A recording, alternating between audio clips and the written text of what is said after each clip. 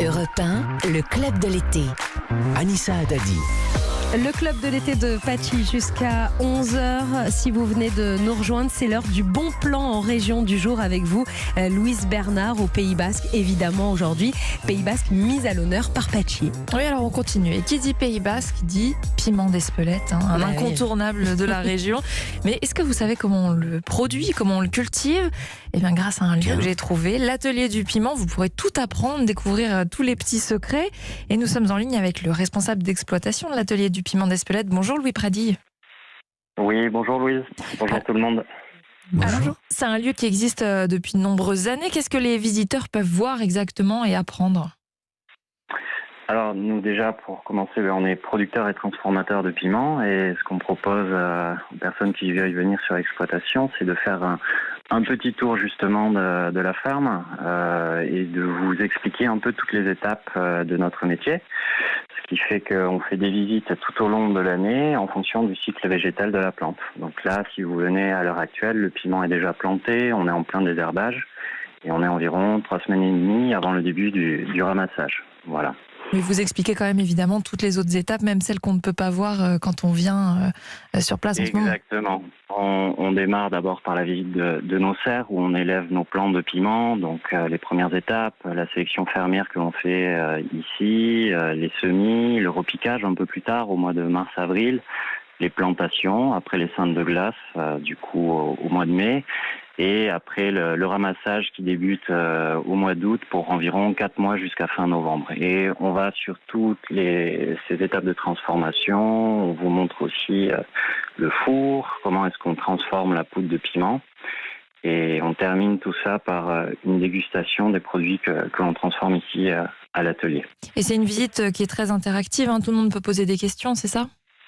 Oui, c'est participatif. Alors, je vais pas vous dire qu'on va vous faire désherber les plants de piment non plus, mais oui, c'est très participatif. On va sur la parcelle, vous voyez, on observe sur place ce qu'on a sur nos parcelles, les problèmes qu'on peut avoir, des pucerons, comment est-ce qu'on y remédie avec des auxiliaires de culture, des coccinelles, et on répond à toutes les questions, et notamment sur l'histoire aussi de ce piment d'Espelette qui nous précède de 5 siècles, qui est arrivé d'Amérique du Sud. On retrace un peu toute l'histoire de ce beau produit qu'est le piment d'Espelette. Ah bah justement, dites-en-nous un petit peu plus sur l'histoire. Vous dites donc que c'est apparu il y a très très longtemps quand même.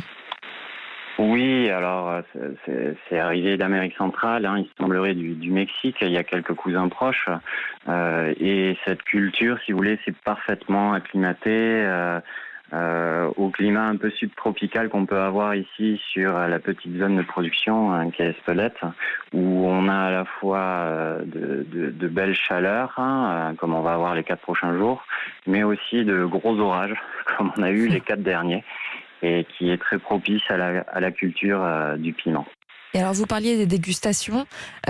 Comment on déguste le piment sous forme de... Il y a des différents produits, quoi. S'il y a des enfants, par exemple, ils vont pas manger du piment comme ça. Non. Justement, on va essayer de casser un peu toutes les appréhensions qu'on peut avoir quant au piment. Le piment d'Espelette, il faut savoir que on parle d'un piquant qui est chaud et progressif en bouche, qui n'est pas agressif du tout.